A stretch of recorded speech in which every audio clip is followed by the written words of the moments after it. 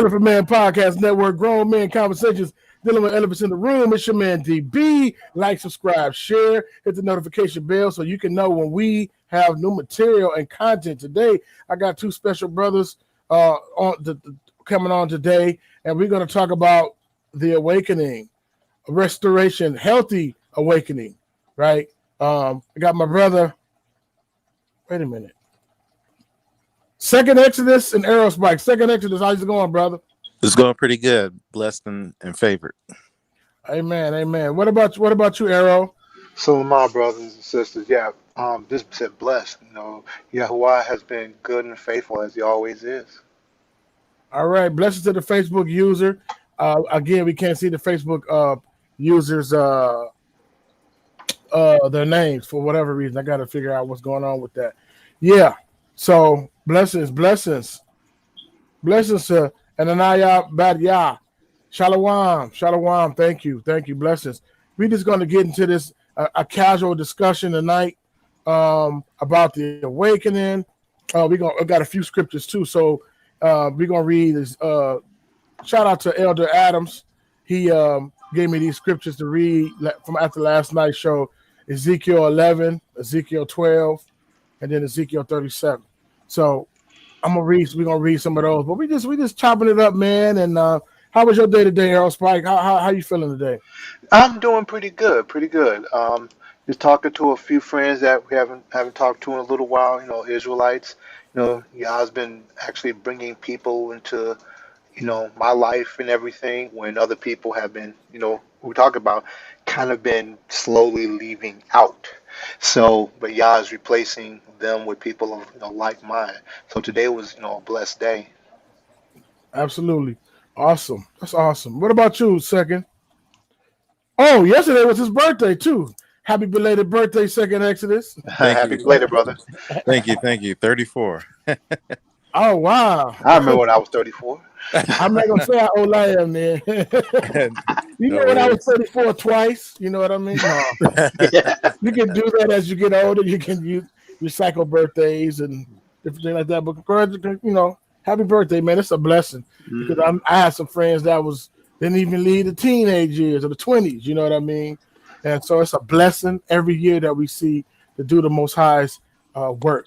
So we're just thankful for everything. We're just having a casual conversation about the awakening. And I just want to ask you guys just a few questions. We're going to chop it up. And then we're going to get into those scriptures. Like I said, it was a light conversation. But one of my main things is this. Let's start with you, Second Exodus.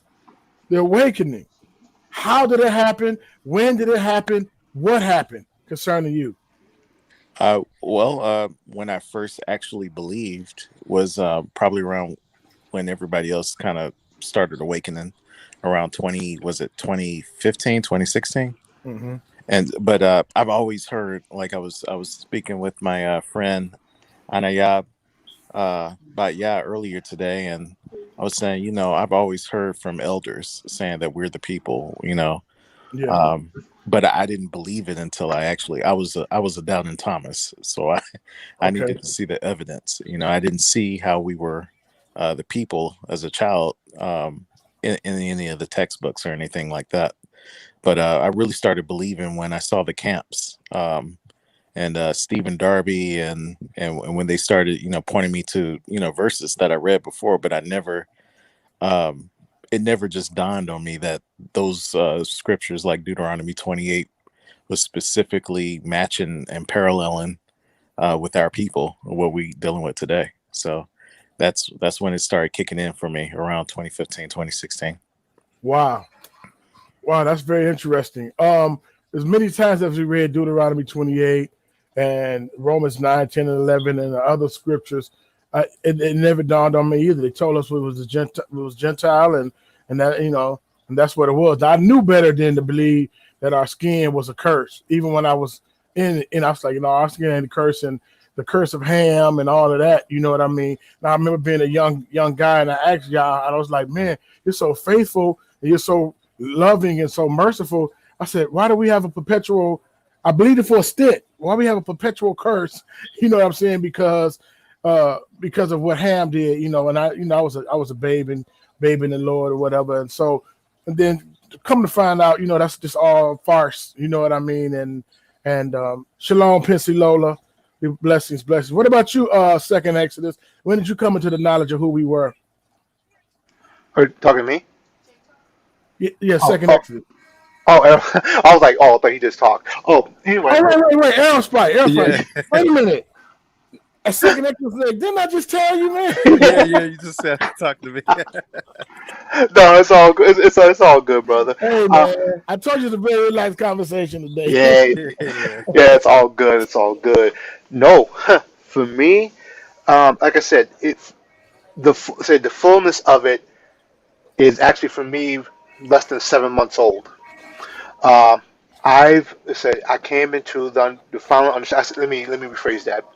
I came to accept the Mm. understanding of us being, being the people of the book back in the late fall, back around November. Um, for me, it actually started, I would say, roughly around 2005. But I was still, like I said, I was still in the Christian church, sadly the Eurocentric view version of it. And I was, like I said, I had a thing for languages. I had started looking at a show by I would call one of the ish people, and who was messianic, and I started watching that show, and all of a sudden I was wondering, it's like I wanted to learn I want to learn Hebrew, and so I got a book on biblical Hebrew, and the miracle part of it is that within 3 days I had the entire alphabet memorized. What? Wait a minute. You had what? Say that again. I had the entire Hebrew alphabet memorized. Oh, wow. Okay. Yeah, and it was just like, okay, why, why did I pick that up so fast? Why did I start picking up Semitic languages, so fast? Hmm. So basically, over time, I believe Yahweh started to show me something different. Like I said, why do I want to know so much more about African heritage? And of course, I didn't make the connection of saying, that African history is Israelite history. They're synonymous. And so so it was actually up until last year when my wife was actually a couple years ago, my wife was starting to see Pastor Darby and Yeah. everything. I know she was watching that, and I was still kind of skeptical for simple fact is again that still had that Eurocentric view of what the Ish people are. Like I say, no, the people of the book are the people over there now.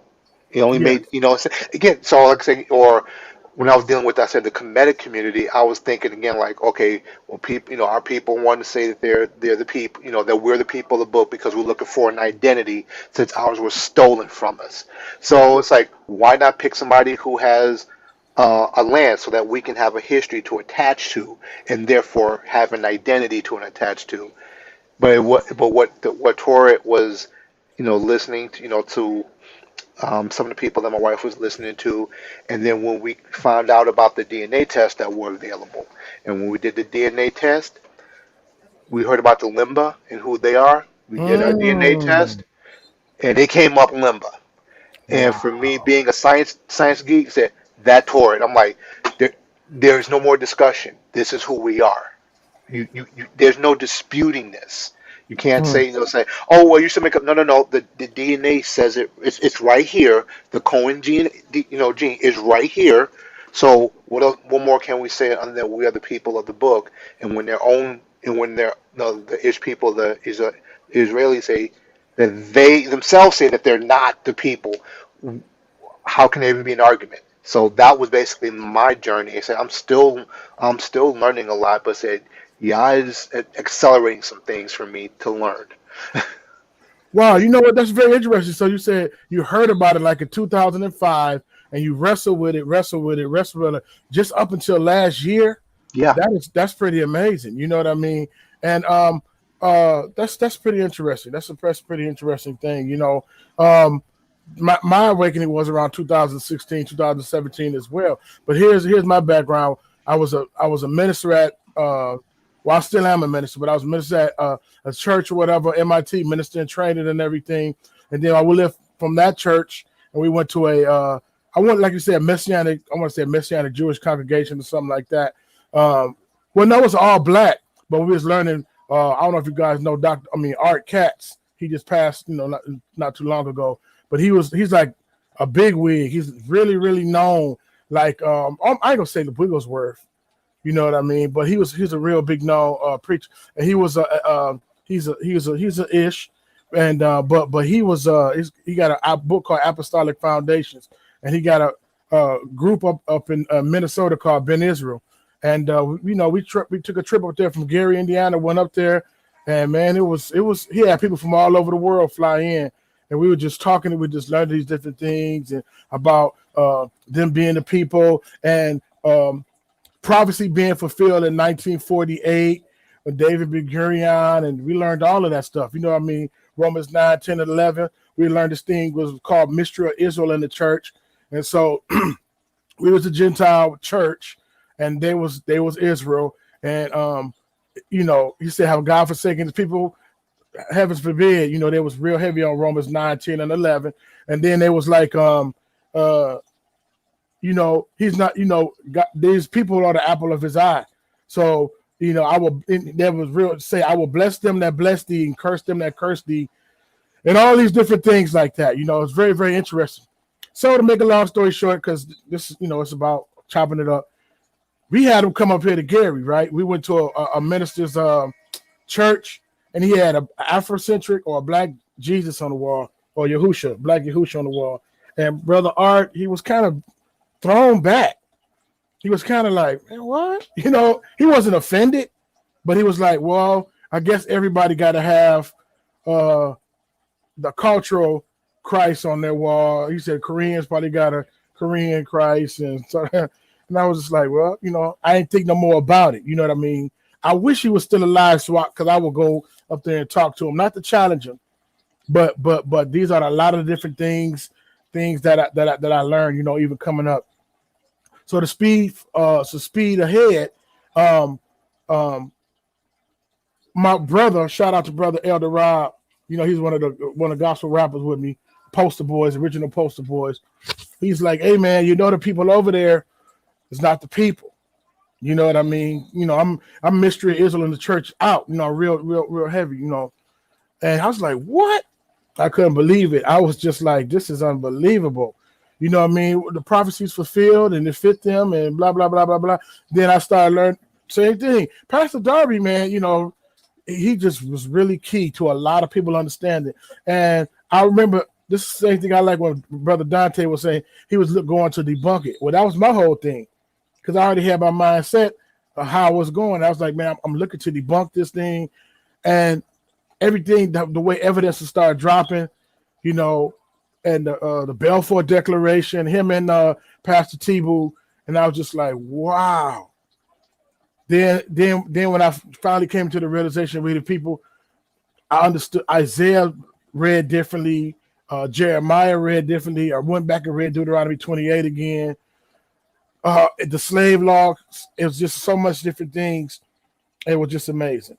So I didn't want to rattle on and on, but I want to tell y'all, that was how my background about 2016 to 17.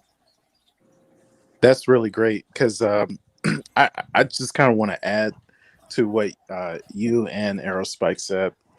Back in I think it was 2010, I actually learned Hebrew also. I learned the entire alphabet. So I think during the time that I discovered that the Ish were converts, then I said, if they're converts, who are the people? That's when I started looking for the Palestinians and see if they, because there was articles out there saying that the Palestinians are actually descended from, they have more of a blood tie to the area because they may be descended from the actual Israelites. Okay. So it was during those times I actually really started getting into the history of the Bible, and that's when I started reading it from cover to cover to figure out, where did we fit in, So, and then what you were saying about the Messianic thing, that was, I want to say back in 2012, that's when I started dabbling into a little bit of that, because at that point I started studying the story of Ruth and said, well, they're already saying we're spiritual Israel. So, if I just go ahead and become spiritual Israel and convert, Yeah, you know, then I'm a true Jew. yeah, That kind of thing. So that actually kind of led me right into the camps. That's when I started seeing the camps come out and start talking. But just like you said, Darby brought that balance that we yeah. needed. And that's amazing that you said that, because the camps was a deal breaker to me, because I got friends and not family, but I got friends that's part of camps, and they be going crazy. I'm like, man, what's going on? You know what I'm saying? You're blocking the door. I just want to go get a sandwich. Y'all out here tripping and yelling at people and condemning people. And so I was like, that's a deal breaker to me. So where we come from, we saved, sanctified, filled with the Ruach, filled with the Holy Spirit, and knowing that mystery Israel in the church and being a man. So I said, man, this is a deal breaker, man. We need to know somebody that's not flying off the handle, because that was the only representation and stereotype at that time was, you a Hebrew Israelite, you one of them guys that fly off the handle. So like I said, Tebow and Darby and Bishop Danny Coleman, they was bringing this balance that was just unheard of. You know what I mean? And then even to start Dante Fortune, Satan's America, his series on Satan's America. If you ain't heard that series, it's unreal. But then he got one talking about the Hamitic, he got one Semitic, he got the Japheth, and Gomer, and he just breaks it all down, and I just be like, wow. So if you haven't never gotten to his channel, he got just pages and pages of stuff. That's amazing. But I didn't fight against it after that. But let me ask y'all this. What about family and friends? What was it, any level of rejection once you said, we the people? Because even one of my friends, like, man, you got to be careful. And he sent me a video from Dr. Eric Mason. And one of them, it was 23 minutes long, 25 minutes long. And one thing he said, we got to get rid of the sin of nationality. I'm like, the sin of nationality? I was just like, what? So I was kind of almost offended, like, oh, bro, you're going to send that to me, you know what I mean? And so I went through a whole thing. But what about you guys? What about rejection from family or friends or from church? Or is any, what about Aerospike? Any rejection or things like that happen with you? Not so much actual rejection. It's more of, for me, first of all, I haven't told actually a lot of people, for the simple fact, it's like we're not close to a lot of people anymore. But those few people from our old congregation, I said, there's a couple people I did tell. Um, it wasn't rejection. They said they accepted it, but when it comes to showing that who we are from the scriptures, that's when it all of a sudden it's pump the brakes. Yeah, Everything gets absolutely. spiritualized. It's like the 400 years. No, well, actually, no, that's a spiritual. Christ has already fulfilled that type of thing. Nothing, so it's not literal. And for me, and like I said, I have to admit, I was repentant in my heart from ever letting them in, because like these were Euro Americans who did, like I said, who I was close to. So it wasn't necessarily rejection, but more of like, wow, that's interesting. Okay, Mm, I accept that. All right, that you're the people. Still got questions. About that again. Can I blame them? Not necessarily, because again, like everybody else, we've been I say programmed to see, the people over there as being the people, and mm-hmm. so quite naturally, their thoughts are going to be like, no, this can't be. You know, you're from West Africa. Your ancestors are from West Africa. What do Mm, you have anything to do with people in the far, far east? I'm like, that shows again when they're reading those scriptures, they're not taking everything into consideration, like anthropology and and ethnography into it. It's like, look at where this took place at. This yeah, was Northeast Africa. Why would you think that the people there would be the people in the book? It's North. It's Africa. It's not Denmark. You know, it's not Russia. It's not the Caucasus Mountains. It's Africa. So, Mm, but yeah. But for me to get back to your point, um, you know, I felt some rejection in terms of, they didn't necessarily weren't, they like, okay, it's cool, accepted, that's nice, but it didn't feel like, wow, that is so amazing, good for you. How can we learn from you with this? How can we? That didn't really happen. mm. It's like, okay, we're still, like I said, I'm still friendly, but I'm still friends with them. But let's just say my circle is gotten a lot smaller. Wow. Wow. Yeah. What about you, Second Exodus? Any rejection from family or friends or congregation members or anything like that? D, all of the above. He said all of the above. Dang. Nice. Yeah. Uh, I have to be brutally honest on this one. I literally had a conversation about just showing them some scholarship. You know what? It's not about if we're not the people anymore. It's Mm, about, you know, is this going to save your soul? That's that's what I get a lot from my family now. hmm Not necessarily my, um, more so from my dad. So I don't want to put too much out there, but from my uncles, from my dad, they're more like, is there any soul salvation in this? That's where they come to, because eh, Yeah. and so I literally had a conversation with him. I think it was 2 days ago, and I was showing them. I was like, hey, John Pori is saying this, Leo Africanus is saying this, um, Al-Adrizi is saying this, and nobody can refute the evidence. But Yeah. what they do refute is they say, hey, look, that stuff doesn't matter. It's are you Jewish at the heart? Right. That's what I get a lot. Wow. Yeah. That's It, very it, it's interesting. just another way of rejecting. Hmm. Yeah. It's fear.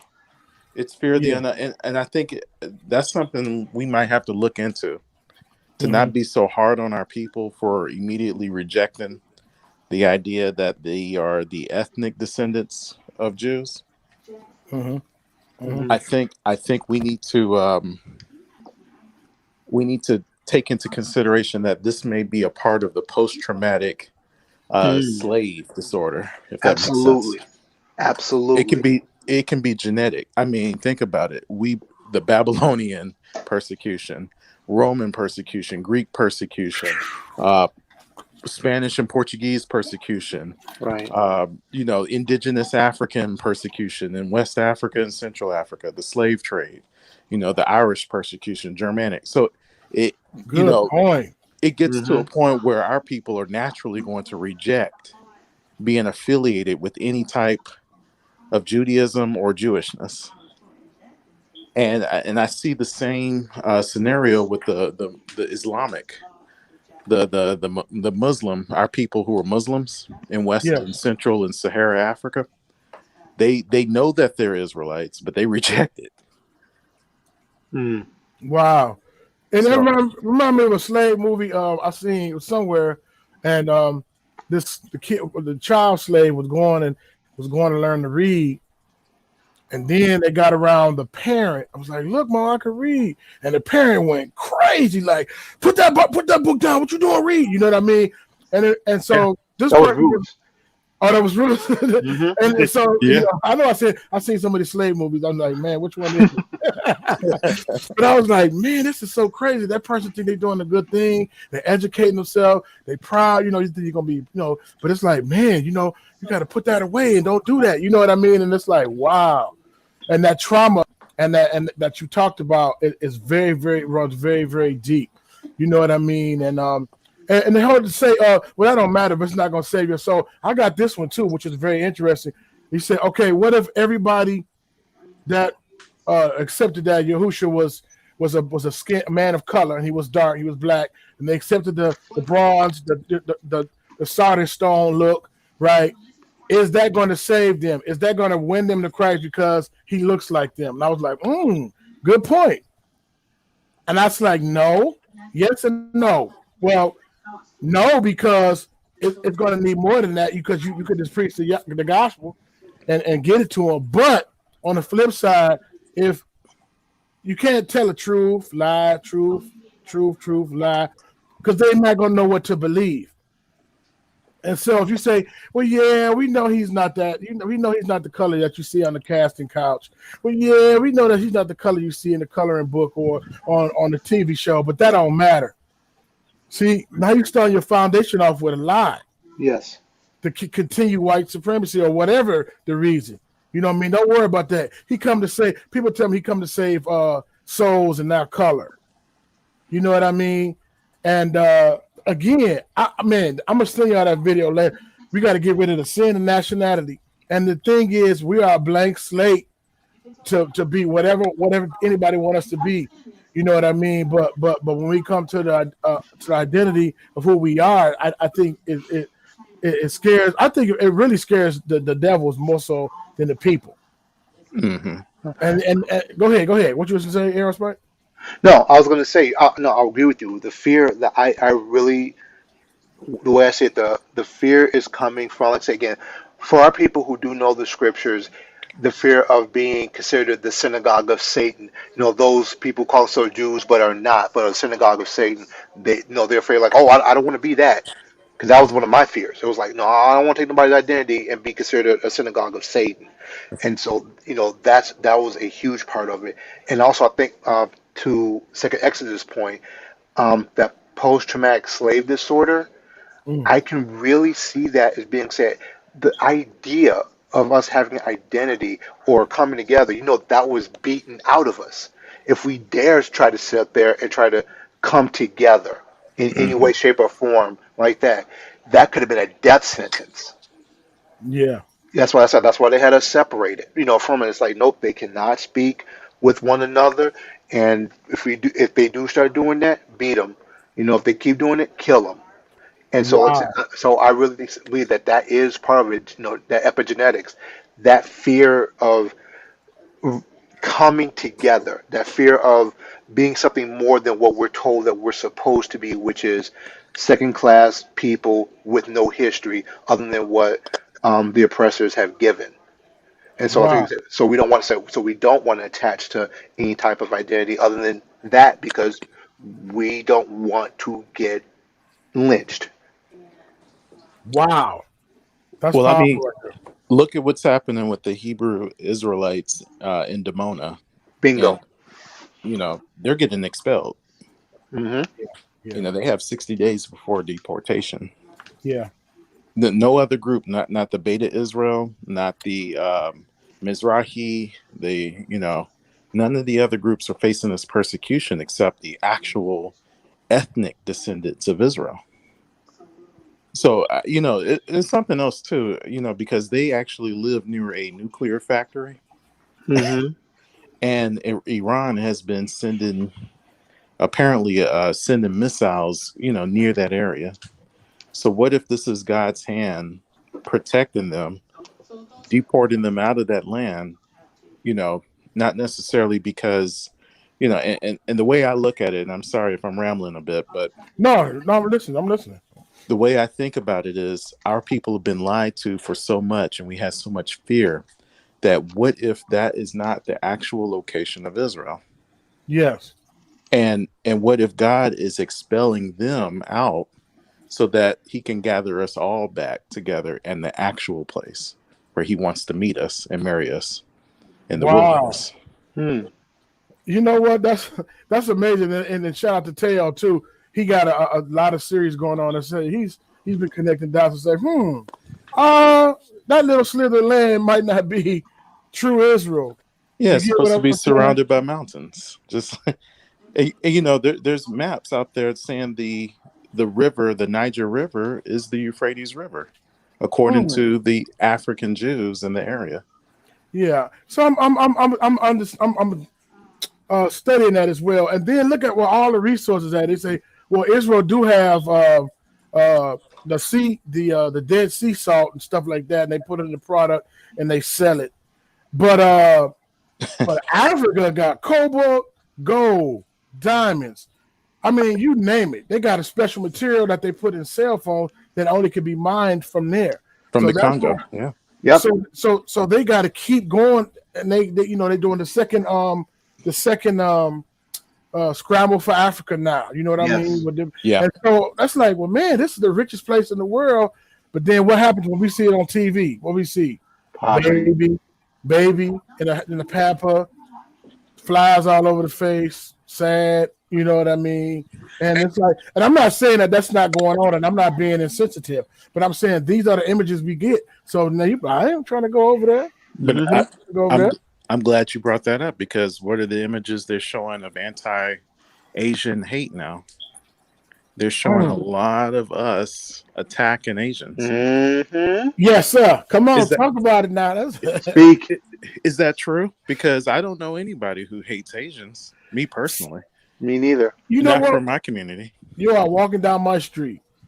Nah, we got trauma, we got drama, we got self-hate.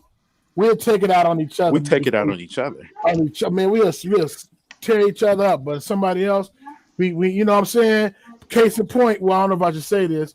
The guy with the Skittles and the hoodie, he killed the guy with the Skittles and the hoodie. He's still walking around.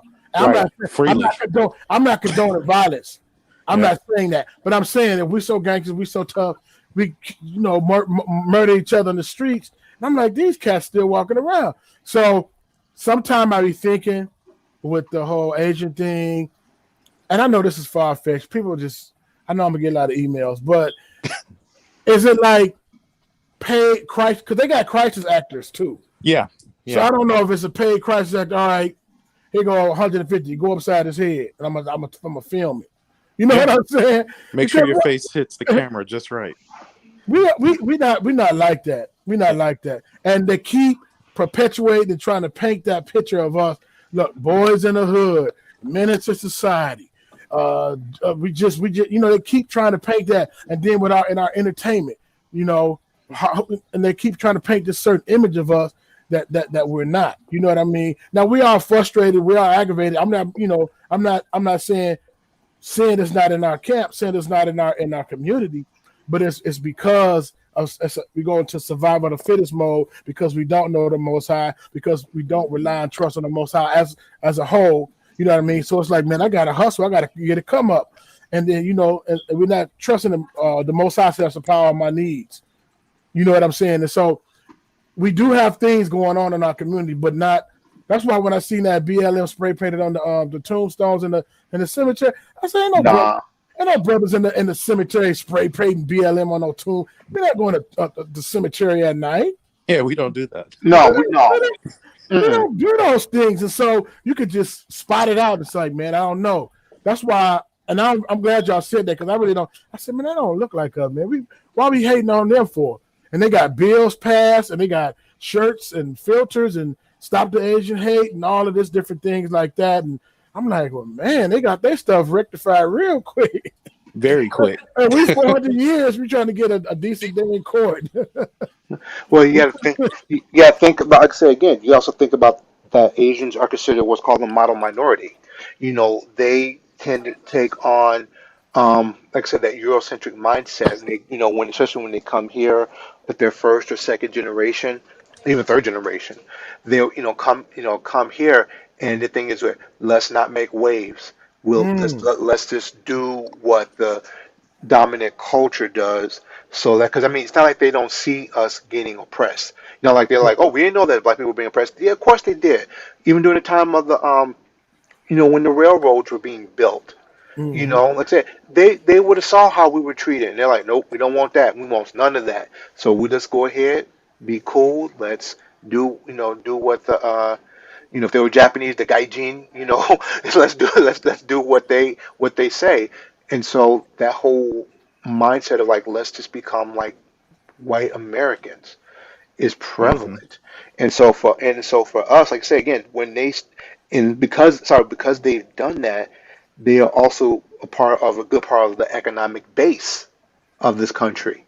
So they're like, oh, we don't want that. We don't want to upset that. Again, where do we get our microchips from? Where's all that electronics manufactured at? We don't want to mess that up. So it says so it's not so to me it's almost not surprising that they passed these anti-Asian hate bills so quickly. They need to keep that economic base happy and solid, and that's also a way for them to make sure that we, as Israelites, don't team up with them. That split is going to be there. They're like, hey, Good. they said we got ours. We got ours. We are not trying to mess this up. So that way there's no Asian African coalition. Right. Wow. Man, that's good insight right there. They don't want us to team up with ourselves or nobody. And even that was like even one of the black codes that made me remind me that a certain amount of black people couldn't come together. You know what I mean? Y'all got to spread out, scatter. And I remember even when me and my friends coming up, we'd be sitting out. We just sitting out talking and joning, and they'd come by. What y'all doing? We sitting on the rail, laughing and having fun. But it'd be so many of us, and it's like y'all doing something. We ain't doing nothing. We young and we having fun. We ain't broke nothing, and we ain't breaking into nobody's house. And it's just crazy that the whole perpetual thing and slavery keep getting taught and the different things like that. So it's always an oppression on that mind. And what I see the awakening doing is a liberation. It's breaking those shackles. I don't know if y'all seen. Shout out to brother Eshawn Burgundy. Man, his testimony from yesterday, I think it was real powerful. You know what I mean? And we can't let nobody gaslight us or intimidate or manipulate us. Even use the good book. And that's what a lot of things they used to do to get us back into a certain posture, is because you say, okay, you got to turn the other cheek. You got to forgive. You got, vengeance is mine, says the Lord, and you'll get your reward in heaven. In the great by and by. You'll get you some wings and a cloud or whatever we think we're gonna get. You know what I mean? Well, and I'm not playing down to Shemayim at all. It's gonna be a glorious place. But I'm saying, we'll get all this right now, but you'll get yours later. And that's been put in our mind. That's been put in our heart. And it's just so amazing how we just fall for it. And it put us back in line. But this awakening, I'm telling you, Cass is like, nah.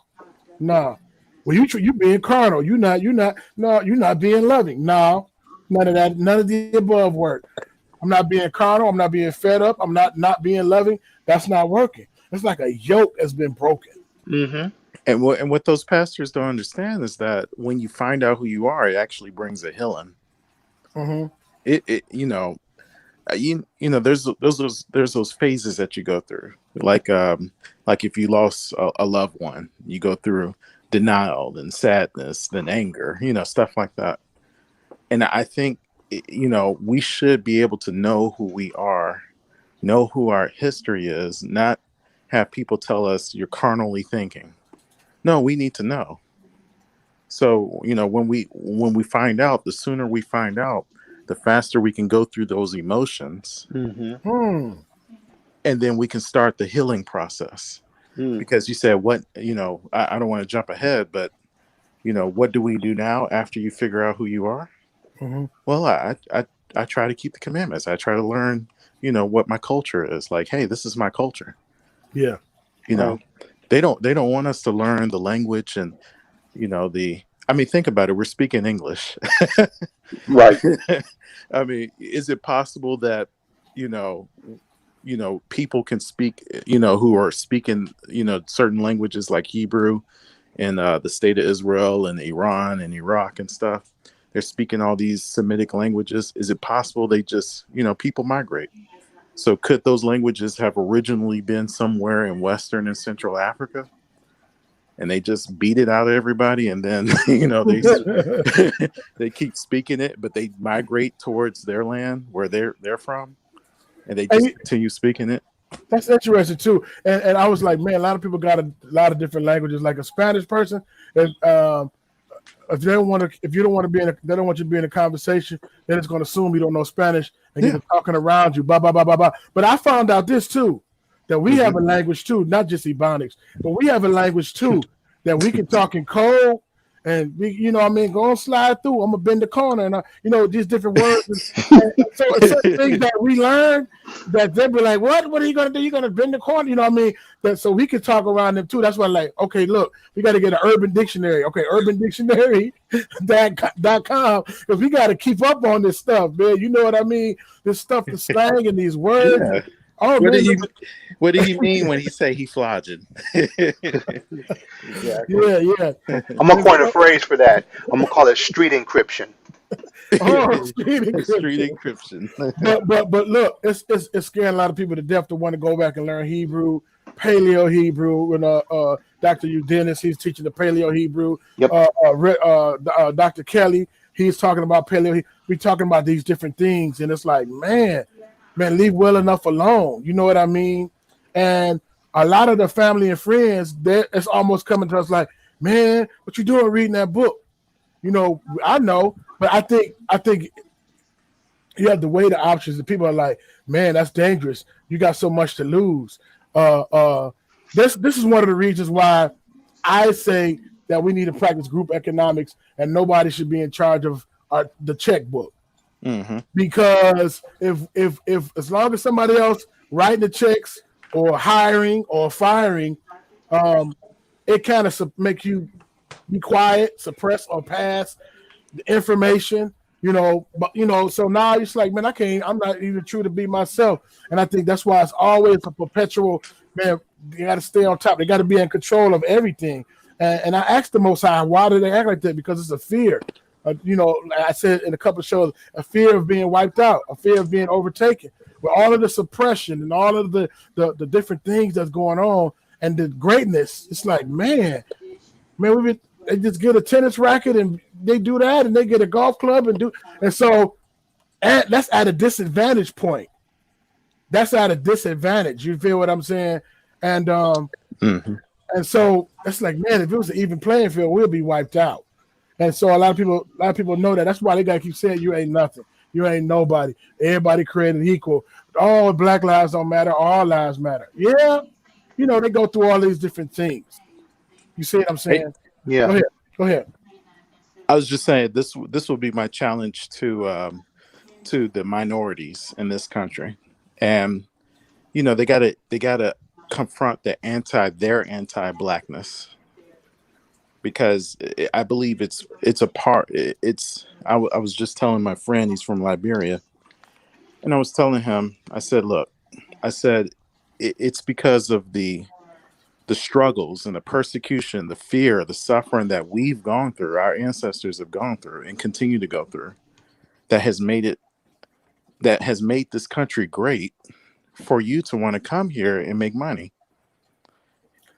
And go ahead.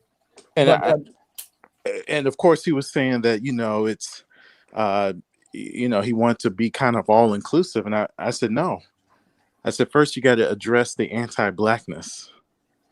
You know, it bothers me, and all immigrants, not all, I don't want to generalize, but the narrative is that when immigrants come over here, they look down on Black people. Right. And I said, hey, they got to stop that, because what they're doing is supporting white supremacy. That's what causes us to have all this fear. When I did the petition, you know, 5,000 people viewed it and only 144 signed it. Wow. Over 5,000. So, you know, there's a lot of fear. And even when I brought it up, that's what people talked about. They said, hey, look, we don't want to be a target. We don't want all this attention drawn to us. Yeah. Even though they're on YouTube talking about it. Right. They don't want that attention. And I think we don't want that attention. We're just tired of the persecution. It's almost like we want to be left alone and be like everybody else. But God doesn't want that for us. Right. He wants us to obey him. Right. So and with that being said, I think maybe that's where that line will wake up. When we start listening to what God wants us to do, God may say, pick up your sword and slay your enemy. But if you're listening to Western Christianity, they will tell you to turn the other cheek. But God may want you to pick up the sword and slay your oppressor. It just depends on what God wants you to do. Mm. He said there's a time and a place. So that's kind of my spill on that. Hmm. Wow, wow. But you know what I was thinking about too when you was talking about. I'm thinking about the immigrants when they first came over here. I was like, ain't no way in the world we know the land, we know the landscape. Ain't no way in the world no immigrants should come over here and outdo us in 20 years, But they 15 do. years. They come over here, man, and outdo us in 15 to 20 years. And they come together as families and all that. And so I think this will happen too. After the slave got free in 1865, we had the skills. They owned the plantations and all of this stuff. So that's where the sharecropping came in at, or whatever. We must have got 40 acres, a mule, and $100.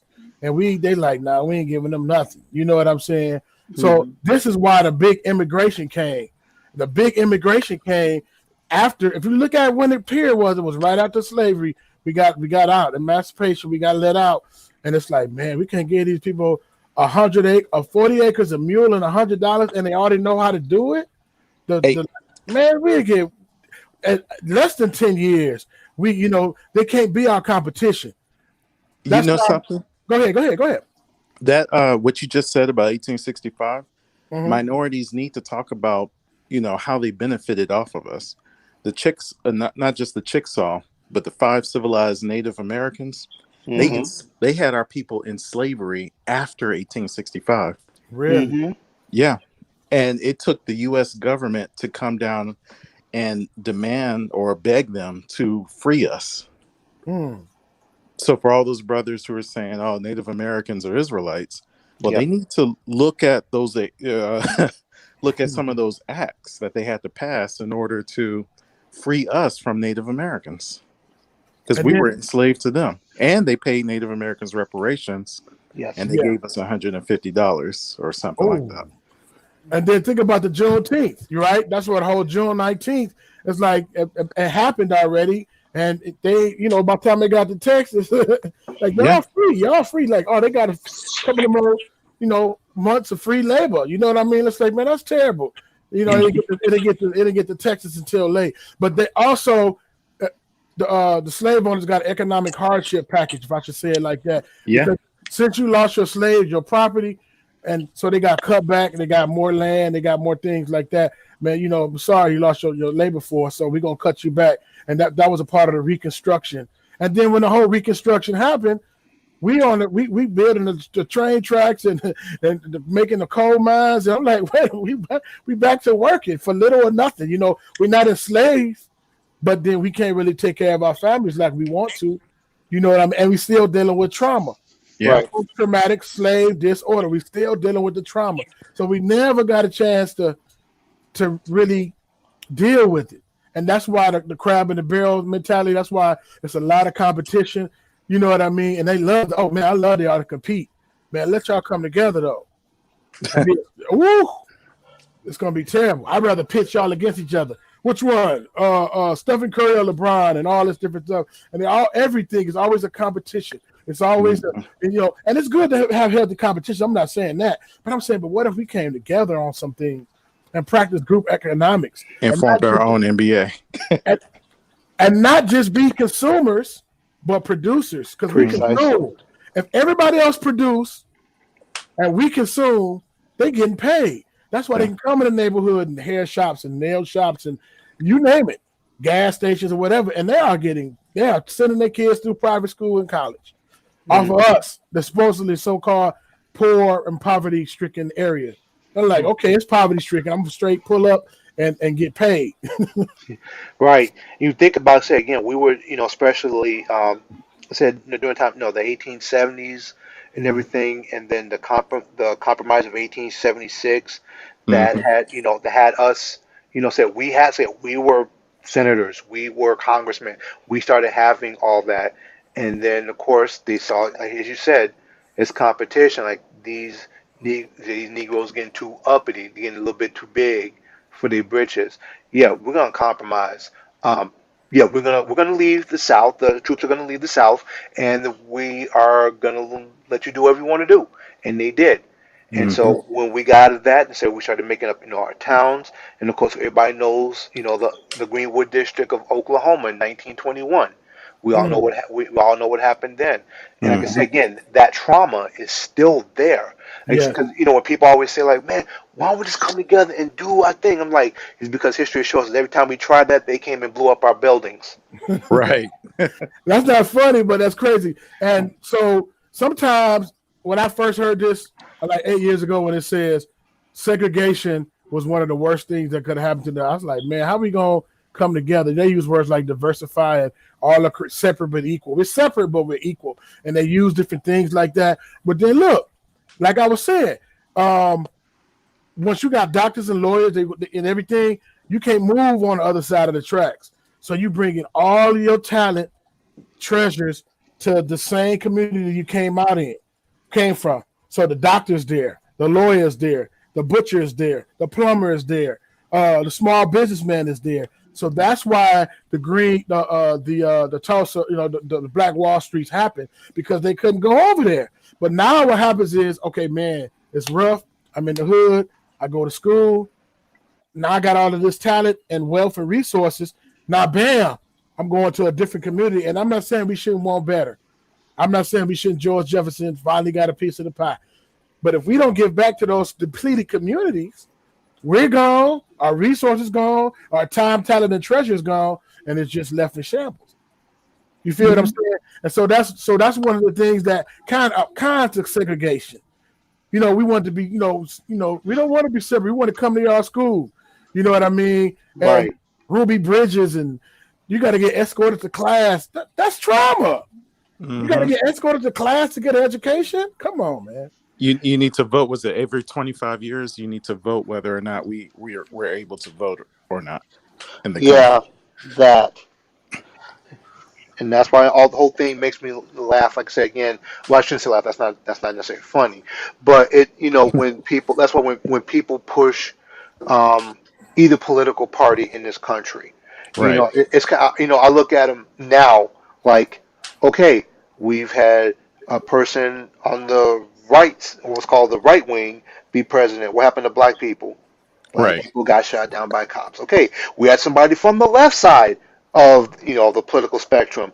What happened to black people? Black people got shot. Okay, I'm trying to find the benefit here of either. No. I'm not seeing it so far.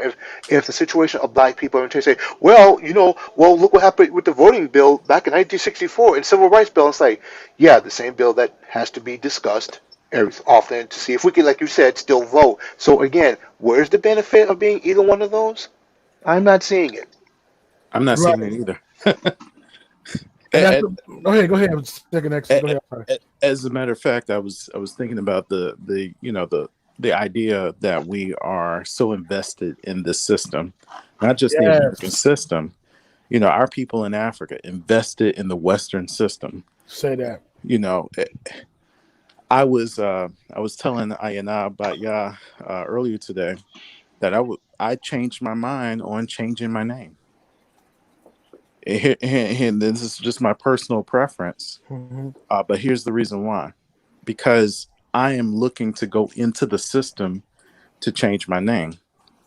I don't remember Abraham going into the Chaldean or the Egyptian system and asking, I need to change my name to Abraham from Abram to Abraham.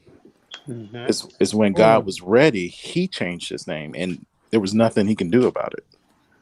Same thing with Jacob. Jacob didn't need to change his name. God changed his name for him. Hmm.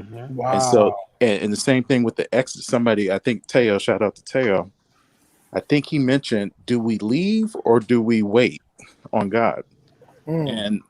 And and with my realization about the name change thing, while I'm in the land of my captivity, I would say wait on God.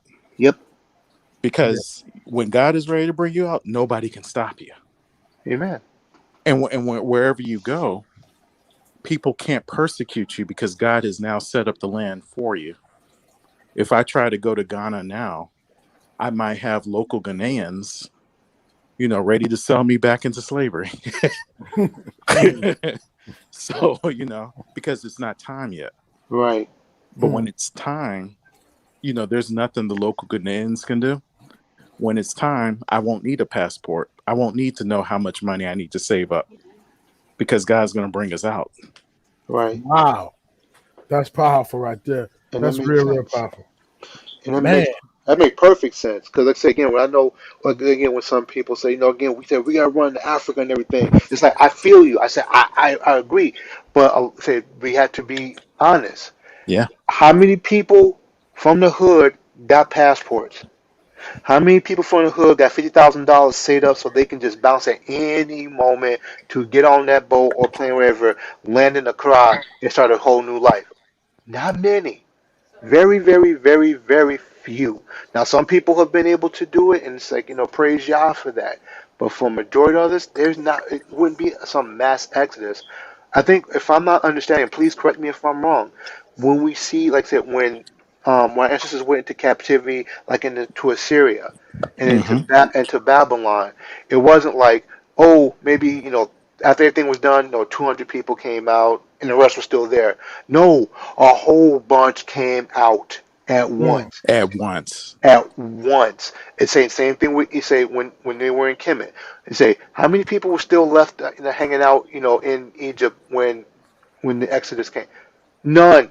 None. They were all gone, and in fact, some Egyptians went with them. And Yes, so yes, say it was all as once again is because it was in the will of Yahuwah for them to be gone at that time. At that It's mm. time. right at Yeah. his time. So when everybody's saying, "Okay, let's run, run to Africa," I'm like, something. If you can do it, go for it. But understand, this is not the Exodus. That Right. has not yet occurred. When it's time, like you said, brother, second Exodus, it's going to be everybody. We gone, and this land is devoid of our presence. Yes. Yeah, yeah. And there's nothing they can do about it. No It's laws, Precisely. no legislation, nothing. it's a Nope. it's an abusive relationship for real. You know what I mean? Because they are, they say go back to Africa, but when they have a hostage situation going on, and they be like SWAT everywhere with high tech weapons, and they like, no, don't go in there and tear it up because the hostage is in there. They know if we just left, are like, all right, look, you want us to go back, we going back. Load up all your cruise ships, get it. Everybody in prison, everybody on the street, everybody, if it was physically possible. Man, this place will be shut down overnight. One, you ain't got nobody to work your stuff. Two, you you Your ain't got no engineers are gone. you ain't got no hostage Right. situation. And three, you ain't got no consumers. This is a consumer driven economy. Hmm. So it's like, man, y'all be done. So they like, and they seeing us. If you look in the news, we are going back in droves. A lot of us hmm are going back, and then they like that's why it's a second rush to beat you there and set up shop. Russia and China and different people are setting up shop over there. Like, man, so when they come over here, we already have everything in place. hmm We already had the land. I mean, they built I seen this one China built a high riser. Now, if you're a third world nation and you had bad, you know what I mean? Some people ain't got the funds like that. And China say, look, I'm gonna come in and build up high rises. I'm gonna come set up schools. I'm gonna come build roads. So you like, come on. On the surface, it look good. Right. But on the flip, man, we owe you again. You're in debt to us now. So hmm China and Russia and a lot of those different players, they are envious of the United States, right? They're like, man, that's supposed to be us. We want to be in that position, right? Right. So we want to be in control. And so they follow wherever the nation builders go, which is us. That's where people want to go.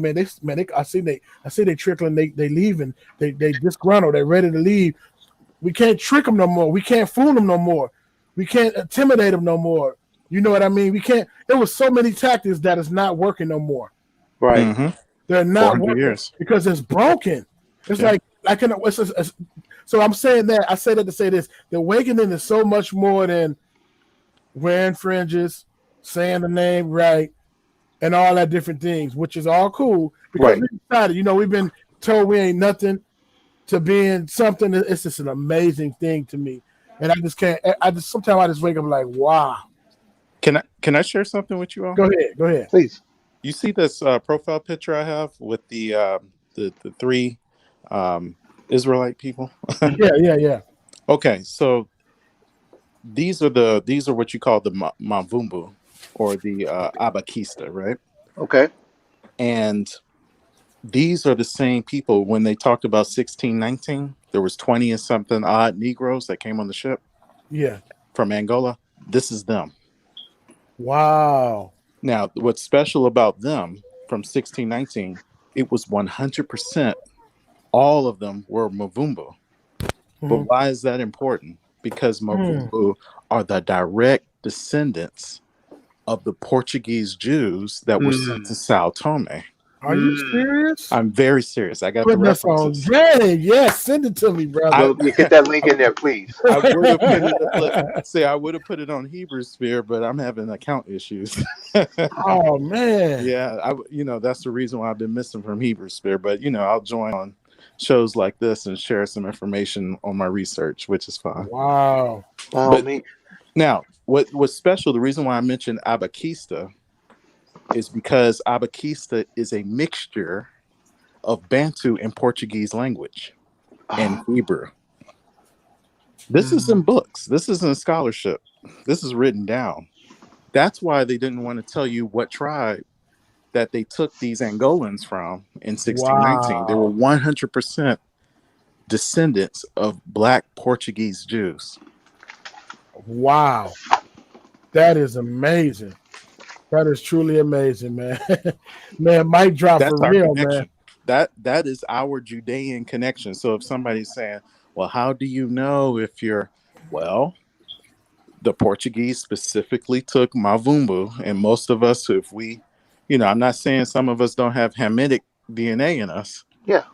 but for the most part, I believe that the children of Israel were under a curse.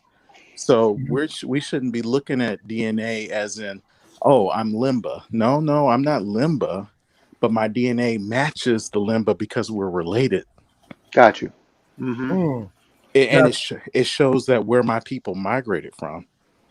So if I'm from a Judean, if I'm a Judean exile from Portugal and Spain, right?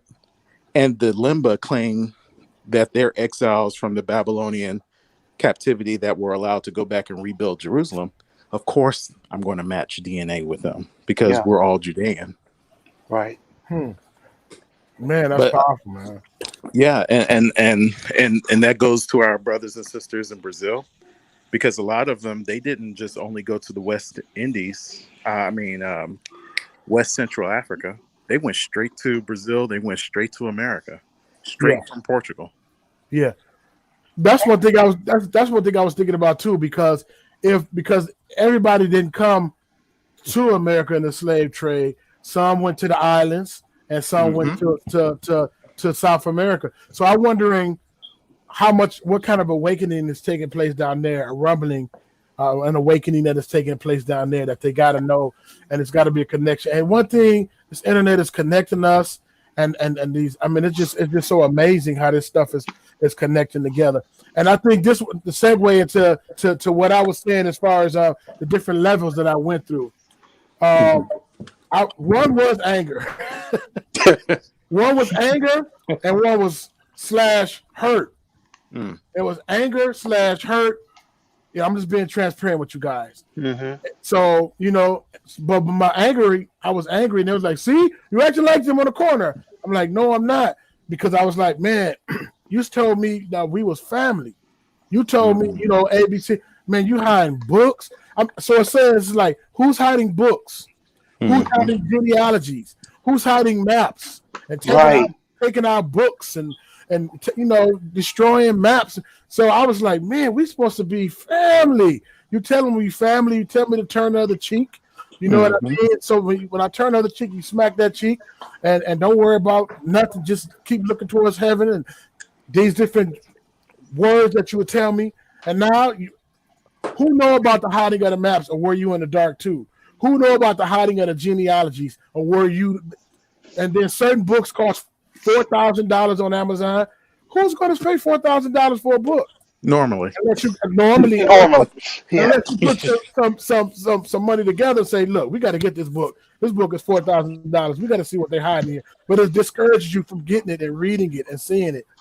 And it should be public record. Mm-hmm. Actually, some of them, actually, like I say, I found some of those books, and like I say, right, they do get hidden, and like I said, but this wonderful thing called the internet that we have. Again, if you know what you're doing, you can find it because these books are part of the this is part of the public. I can't think of the name. I won't say the public record, but it's there's basically no issue of copyright because they're over 75 years old. And so these books should be free. You can still find them online. Like I said, like archive.org. Archive.org, exactly. And so Okay. we've so like I said, some of those books you talked about, Yeah. I got because again, it's part of it, it's part of the public record. You can have it for free because they're over 75 years. So there's no, moral or legal issue, getting these things. But the fact of what you were saying is that these were in books that the average person could not afford, especially us. Like John Ogilvy's book from 1667, I believe Yeah. it was. Yeah, that when I first saw that and I saw it for myself, like they knew, they Yeah. absolutely knew who we were, but they weren't saying anything about it. Mm. And So if you my said something about it, you'll lose your career. absolutely, They can. Exactly. you'd be done. You will be absolutely done. Or if you or I can't remember the name of the other book that we have, who I think he was also one of the ish people who said that, and again, no, that they themselves were not the people. If you Shlomo use San. it, might I don't know if that was him. This is from the book came out in the 1930s, if I'm not mistaken. Okay. But yeah, but it's like I say, you talk about that, they'd be like, "Oh, now you're reading anti-Semitic literature." Mm-hmm. Yes. They're not Semites, so no, that wouldn't actually that wouldn't actually apply.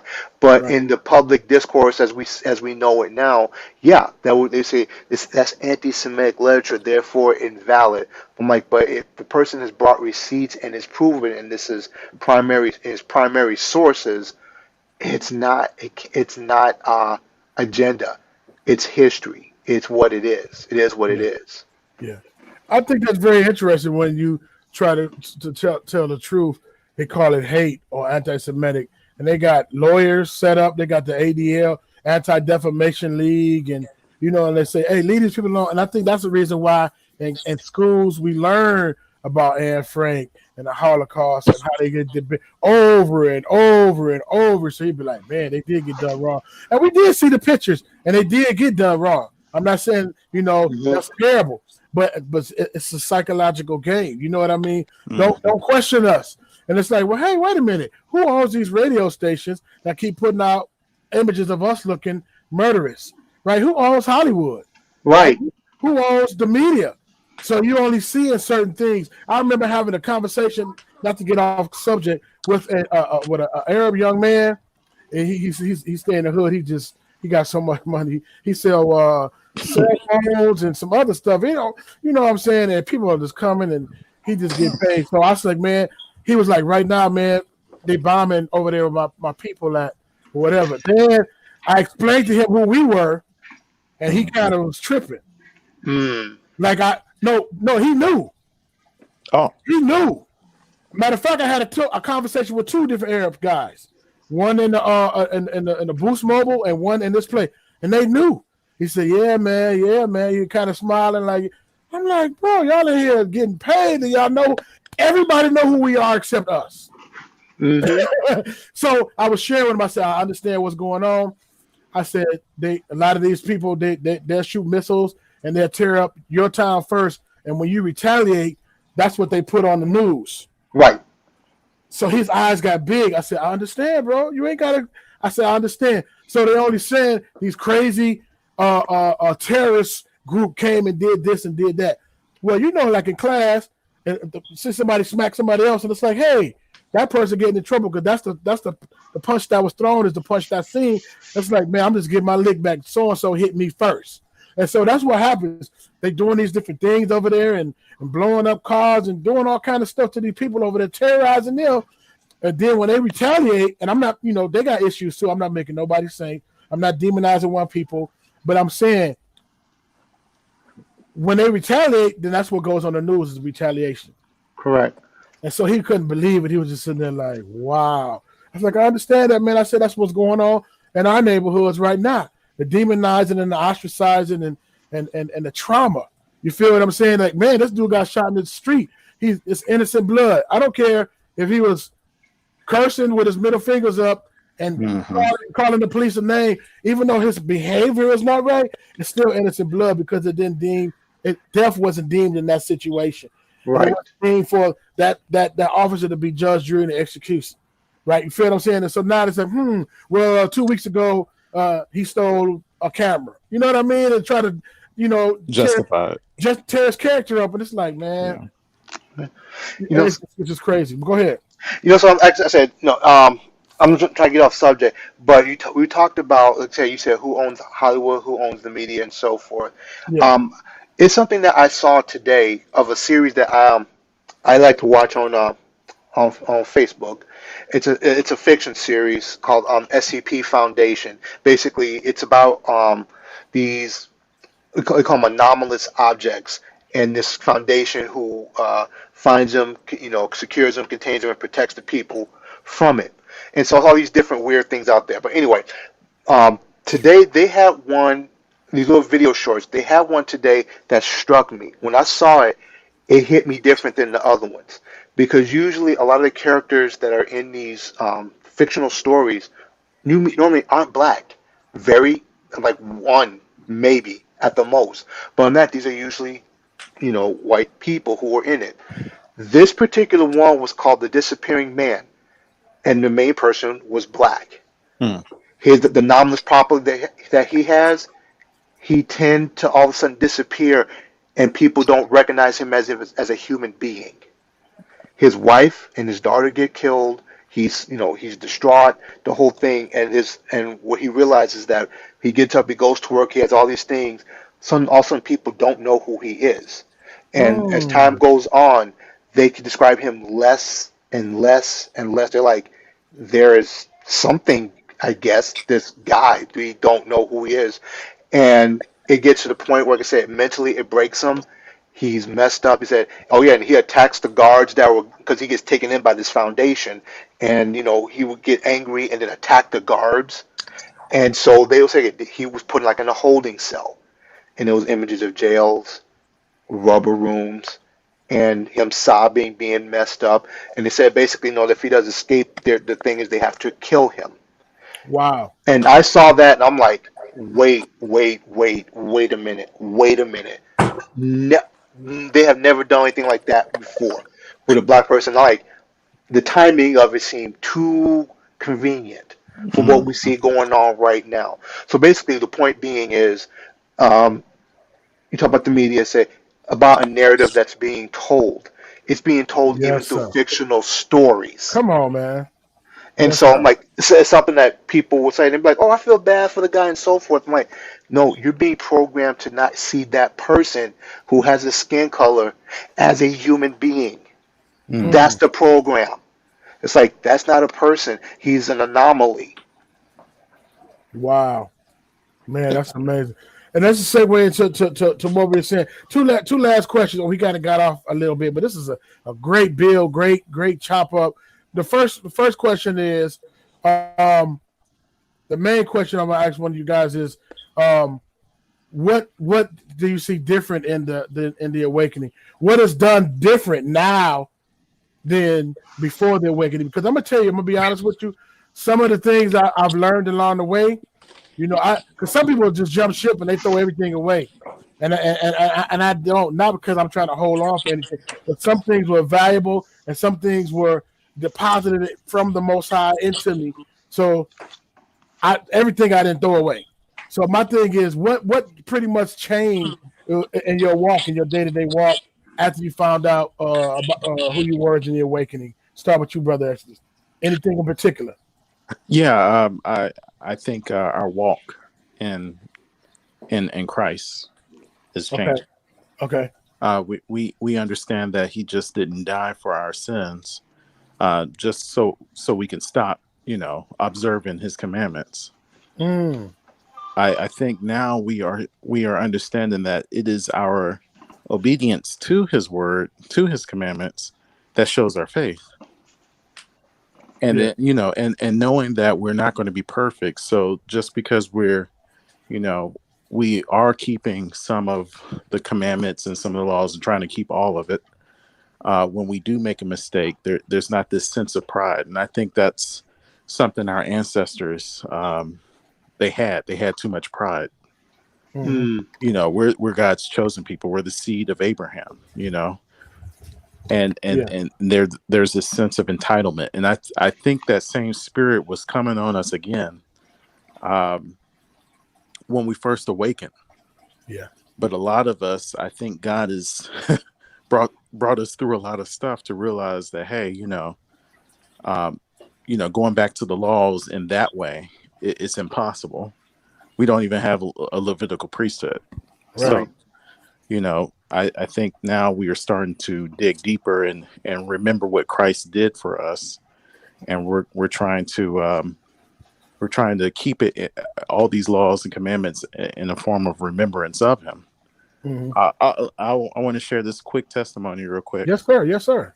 I don't know if you all may have watched Covenant Awakenings, and shout out to him. Mm. And that day, I was on one of his shows, and I found out I got a scholarship. Oh Mm. yes, That was, congratulations. thank you. Good job, brother. Don't you know that those blessings started, not just that, me getting accepted into the military, and other blessings started flowing. But don't you know all of that didn't start happening until I kept the Passover? Wow. Whoa. And kept the Feast of Weeks. And I mean, not the Feast of Weeks, but the Feast of Unleavened Bread. Mm-hmm. It was my first time. And it was almost like God was saying, good job, for obeying me.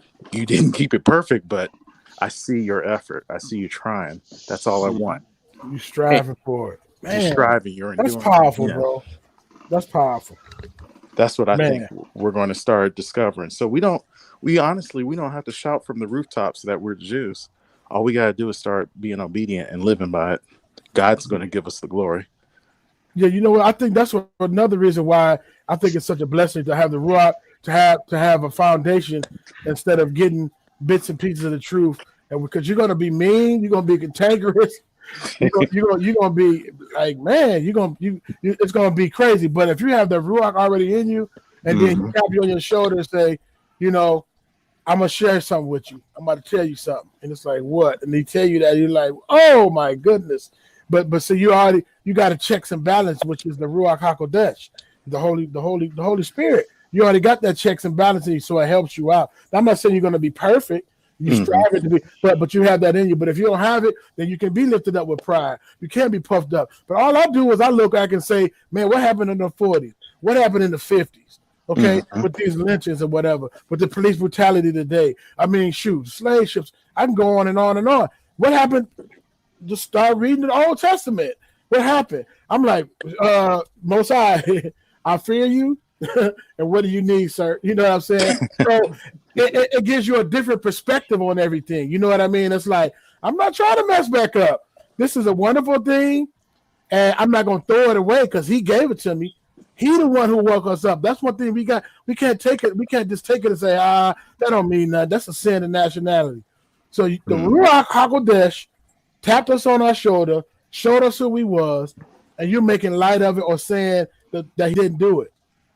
You can't. You got to be careful with that because it's his doing. This is his work. He did that. You know what I mean? We're not trying to do that, but I didn't mean to go on a rant like that. But you got me excited, brother. Absolutely. All right. And Errol Spike, what about you? What has changed or been changing since this information?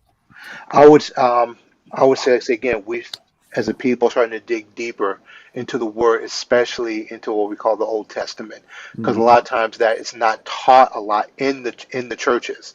We church say, yeah, this was history. This happened back then. Those people got messed up. Okay, let's come to the New Testament and let's talk about our grace that we have Fact. in Yeshua, which is important because we do indeed have that. Ephesians 2:8 and 9. We have that. That is a fact. But again, looking at the new uh, the Old Testament and no longer seeing it as something that say, oh, it's just ancient history that is irrelevant. It becomes relevant now in the 21st century for his people. You know Mhm. how, Wow. so there are things again, like I said, we're not in the land, so right, we don't have a Levite priesthood. There is there is no temple for us to do the, Yeshua was our sacrifice. Yes. It is our sacrifice. Hmm. So let's not ever get that twisted. Yes. But say again, the custom said that was our constitution. That was a picture of our culture. And we were supposed to be, again, we were supposed to be a light unto the nations, a different people. Again, we were around the Kemetu, the Egyptians. We were to look different. We were around the Syrians. We were to look different. We were around the Babylonians. We were to look different. They'd be like, look at us and wait a minute, who are these people who are doing these things? Wait a minute, we sacrifice our children to this statue. We murder our kids. The other ones, up under a tree, giving their bodies away to men and women to do whatever. These people said that their God dwells among them. Mhm. Yeah. They say, what other people say that their God dwells among them? So for us, I said, now we know that, we can remember that our God dwells among his people, Israel. Yes. He is with us in the form of Yeshua. So that's what we have to, just remember that. And so that what that will actually do is for those people again, because it said pride was one of the biggest sins of our Yeah. ancestors was pride.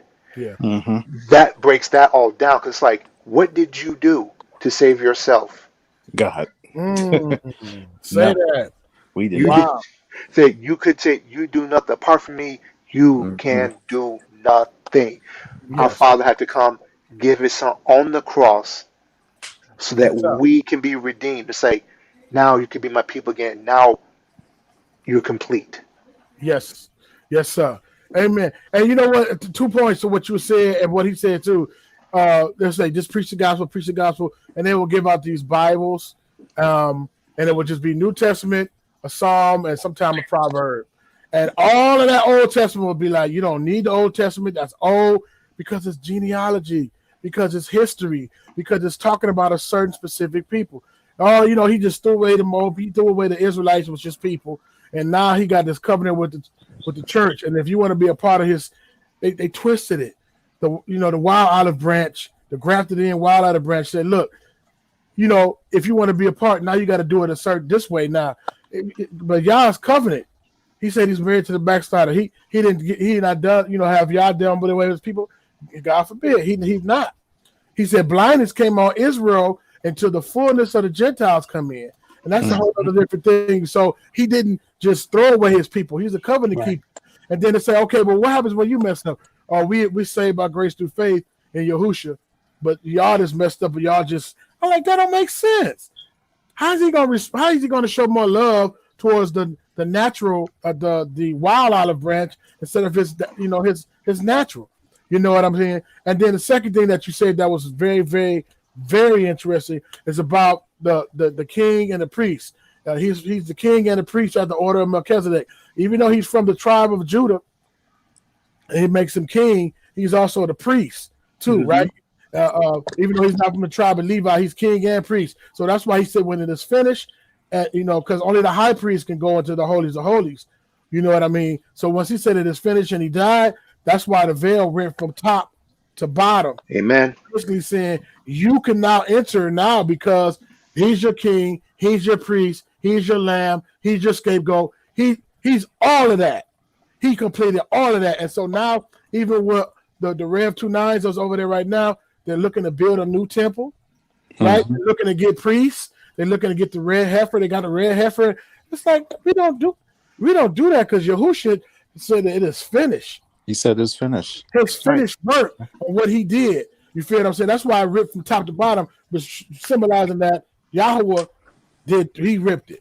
You know Right. what I mean? And now we can enter boldly into the holies of holies because of who our high priest and our king did.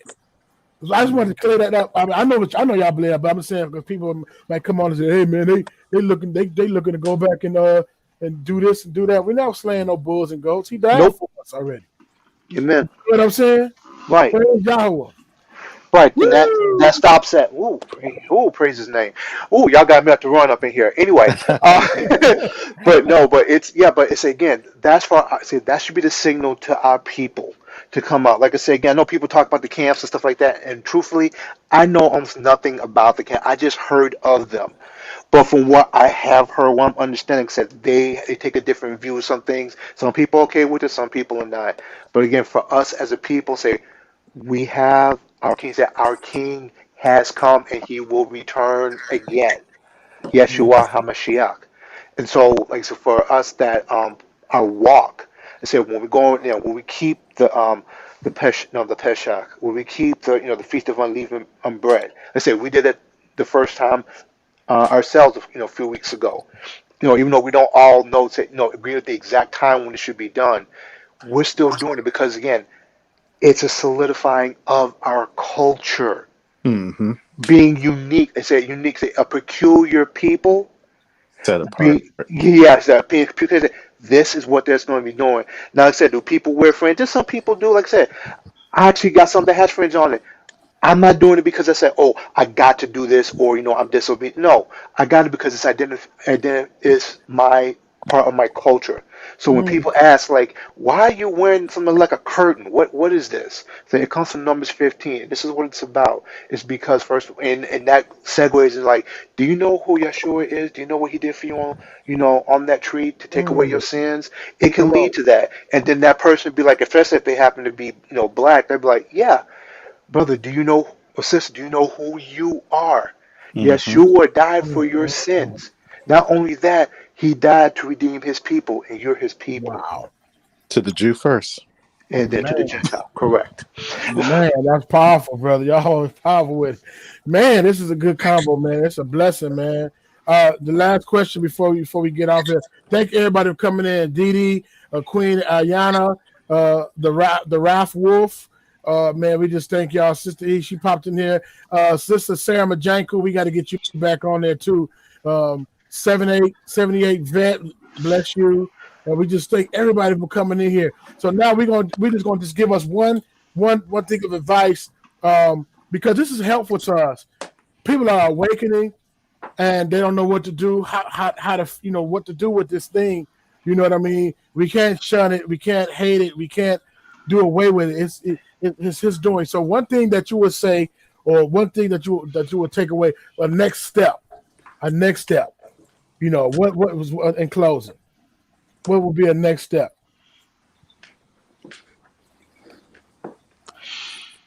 Second Exodus. All right. Everybody like don't all speak at once. Yeah. I what was that verse? Don't take the front seat, or you'll be embarrassed. You have to be set back down, kind of thing. Um, yeah. So the first step to me is doing what is said, what true and pure religion is, Mm, and that's loving each other, right? That's That's good, man. that's taking care of the widows and our don't we have an epidemic of fatherless in our community. hmm Wow. You know, I can name just about. I'm blessed and fortunate that my parents are still together, and that I have a father in my life, biological. But he didn't have his father. My mom didn't have her father. My cousins don't have their father. Yeah. Just about everybody I know don't have their father in their life, or they have a stepfather in there. But that tells you how great black men can be. Is Mm, that we're willing to take on children that are not biologically ours. mm, hmm And so we need to, as men, it's the men's role, because to set the standard and set the pace. And I think we need to show our women love, mm, Yeah, we can love anybody. That's true. But let's show, who did Jesus love, right? He comes Mhm. for who? The least of these. And I believe our women, not saying that they're the least, but in this condition, in this state that we're in, I believe they're overlooked for many other women. Yeah. And I think we need, as men, we need to show them love. We need to show our children love. We need to show the ones who don't have fathers love. We need to look after our widows. And once we start showing that love that God's looking for, we already know that we're the people. That's keeping the commandments to me, is Yes. loving one another, loving God and loving one another. Because when we loving God, we're going to love one another. And when we love one another, we're loving God, because God made us in his image. You know, it wouldn't look right if I was cursing God's image, right? Hmm. So once we start looking at one another as in the image of God, and start loving each other, I believe he's going to hear our cry and heal our land. Wow. That's powerful. Well said, brother. What Mm. about you, Ariel? Okay, so there's a I know. couple. I know it's a couple of things because like it's a lot that's going through my heart and mind right now. One thing is like for okay, for the brothers, stop trying to be the big bad in whatever on the block. Let that go. That's enough of that. Well said. Say to my sisters, my queens, stop trying to be the bad bee. You are not that. You Yeah. are not a dog. None of Mm, that. You Good. are a princess to the king of the universe. right. Brothers, you are princes to the king of the universe. Find your identity in that. Don't find your identity in what, the hip hop artists out there that's basically used as a weapon against us, to be quite Hmm. honest. Don't take your don't take your identity to be that. Don't let your children take their identity from that. Go back to the book. Go back to find your identity in Yeshua. Go back to the book and see who you are supposed to be. That's the next step, is to get our people away from what is constantly our senses are constantly being assaulted with, Mm. and through love, like Second Exodus said, show that and then bring them back to the book. Hmm. Just Wow. bring them back and say, this is who the beauty of who you truly are. You are not an N, you are not a B, you are none of that. Yes. None of it. The sons of God. And you know Amen. what? And that's a blessing, man. Well said, man. Both. And you know what? This is one thing about that. Um, when you're a blank slate, when you don't have an identity, people can put any label on you that they want. Right. You, they want to be something. You have to be an N. To be something, you got to be a bad B. Or to be something, you got. It's like, oh, you don't have to be all these different things. It's a badge of honor to go to prison. Okay, I mean, if we make mistakes and we go and we get a chance to get out, we want to do better. But that shouldn't be no badge on. Man, he did 15. That's 15 years of his life he can't get back. Right. And I'm not dogging nobody who went, because I got family and friends and all that stuff who went. But I'm just like, man, we got to do better, man. We got to do better as a people. And so my thing is praying and prophesying to the dry bones. Well, Yeah, and yes. prophesying, because I'm gonna read that scripture and Hmm. close. Hopefully it'll be able to show up. It's low, but I'm gonna read it anyway. Ezekiel 37. Ezekiel, and I didn't get a chance to read Ezekiel 11 and 12, but read those two later. Ezekiel 37. Yahweh's hand was upon me, and he brought me out in Yahweh's spirit and set me down in the middle of the valley, and it was full of bones. He caused me to pass by them all around, and behold, there were very many in the open valley, and behold, they were very dry. He said to me, Son of man, can these bones live? And that's sometimes what we say. Can these bones live? All of the trauma over 400 years and the displacement and all of the different things that's going on in our lives, can these bones live? And I answered, Lord Yahweh, you know. Again, he said to me, prophesy over these bones and tell them, you dry bones, hear Yahweh's word. The Lord Yahweh says to these bones, behold, I will cause breath to enter into you. We know what that breath is. The Ruach HaKodesh. That's that down payment. Yes. You will live. And I will lay sinews on you and bring up flesh on you. That's the identity. And cover you with skin and put breath in you.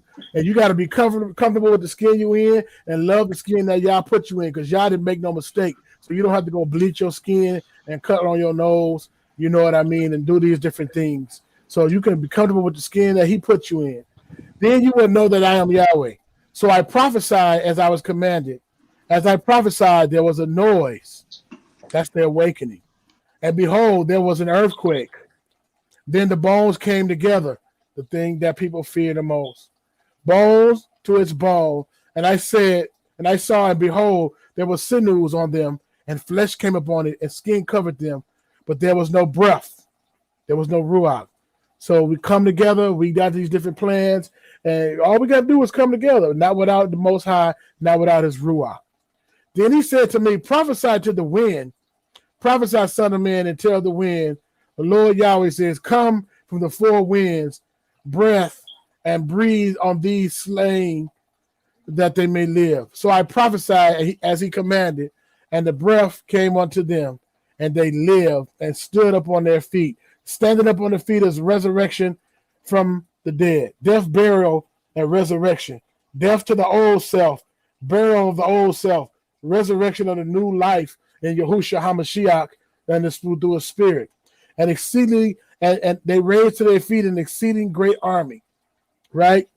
Right? The ones who praise, Judah means praise, right? And we give our gifts to the highest bidder, right? We got all these songs and all these different things. We got the most sought after and coveted music throughout the whole world, whether it's rap, whether it's Motown, whether it's no matter what it is, Whitney and Prince and Michael Jackson, you name it. You know what I mean? Maze, Earth, Wind, and Fire, all these different groups, right?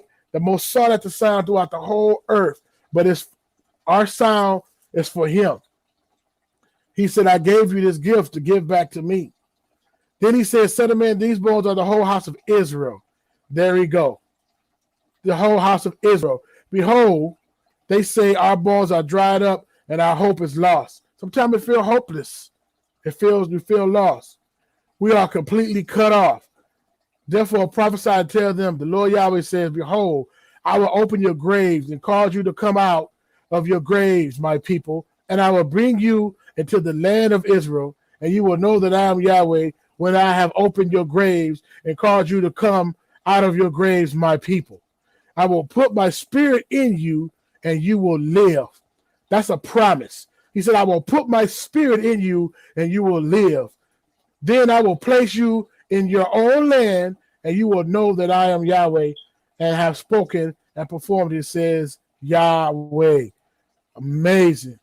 Bless Elohim. Bless him. Bless the Most High Yah. Man, it's powerful. Man, go read it. Go read it. That's a promise. Also read Jeremiah 29. And then when you stop at 11 and highlight that, he said, man, I know you've been wounded with the wound of the enemy, but I have what I have for you is to give you peace. The shalom, the perfect peace, right? To let you be in comfort and be at rest and not be like, when it's day, I wish it was night. And when it was night, I wish it was day, but to be at peace in me. So one of you guys can close out in prayer. I'm fired up over here. You guys, thank you for coming out. Very intelligent men, words of wisdom. Second Exodus, how can they get in touch with you? Errol, how can they get in touch with you? I'll let you go first, Errol. Okay. Well, I can. Let's say the best way to contact me is gonna be on Hebrew Sphere. I am on there with the same name. It's Aerospec MK Amani. On the Hebrew Sphere, you can reach out to me there, and want to chop it up. Nope, no problem, anytime. And I'm gonna save you a link in the chat. Please. But that's awesome. And what about you, brother, Second Exodus? Well, currently, I'm having some account issues. But the best way to reach out to me is through Hebrew Sphere. I will have a new account set up, and I'll keep the same name for consistency. Oh, awesome, man! That's awesome.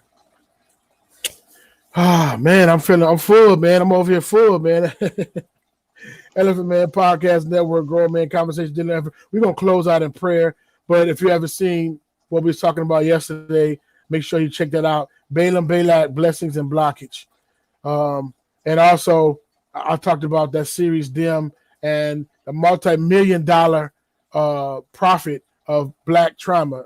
You know, they don't even use slave movies no more. They just use Black trauma. Multi-million-dollars industry of our suffering and our trauma. All right, Biblical Hebrew Awakening. Oh, man. Blessings, brother. Blessings.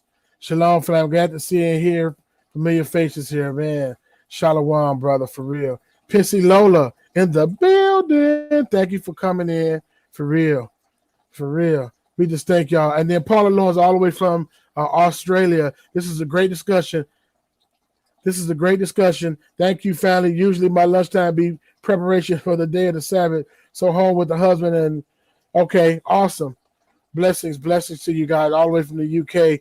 I know it's about 12 noon over there. It's 9 o'clock at night over here, Central Time. We thank you guys. So I'm going to pray. Father, in the name of Yahweh Shah HaMashiach, we thank you for your grace. We thank you for your mercy. You said, if I be lifted up, I'll draw all men unto me. And we lift you up. We worship you. We honor you. We adore you. You're the high king. You're the priest. You're the high priest. You're the king. You're the scapegoat. You're the sacrificial lamb. You're all of that, Father Yah. And we just love you. And Father Yahweh, it's your doing that you're the one who tapped us on the shoulders, told us who we were, Father Yahweh. And we pray and prophesy right now to the dry bones and those dead bones. And they will live, Father Yah. They will live like you told us to prophesy to them. And Father Yah, we thank you for this on this day of the special day of prayer that we will prophesy to those dry bones. Israel, awake. Awaken Israel. Awaken Israel. Awaken Israel. In the name of Yahweh Shah. Awaken right now. Stand forth. Go forth as the leaders. Father Yah, we thank you that you're doing this different thing in your community, Father Yahweh. And it's going to be like overnight, resurrect and restore, restoration of our mind, our will, and our emotions. Let us lean towards you. Let us lean not to our own understanding. Let us lean to you, Father Yahweh. You make the crooked path straight. You raise the valleys. You lower the mountains, Father Yah. And we're here to trust and obey you, Father Yah. There's a way that seems right into a man, but the end thereof is death. We trust you. We obey you. We lean not into our own understanding. And we prophesy to those dry bones. Let them embrace it, Father Yah. When they awaken, let them embrace it. And Father Yah, get them a support groups like this one and different support groups, Father Yahweh. Lead them to somebody who was awakening, that has awakened and been through the same thing. Lead them, Father Yah. Guide them. Show them. Father God, lead them. We thank you. In Yahweh Shah HaMashiach's name, we pray. Amen. Amen. Man, Amen. thank you, guys, man. I'm full over here, man. And I'm excited and happy, brother. Elephant Man Podcast Network, Grown Man Conversation, dealing with elephants in the room. I try to keep mine to an hour. It's an hour and 43 minutes. If you haven't seen the whole thing, I think you should go back. It was a blessed discussion. Subscribe, like, share. We're going to have a party when I get to 500. We're going to have a party when I get to 500 subscribers. And I'm 5 away from 500 subscribers. So blessings to you all. Shalom. Shalom. Shalom. Shalom. Perfect.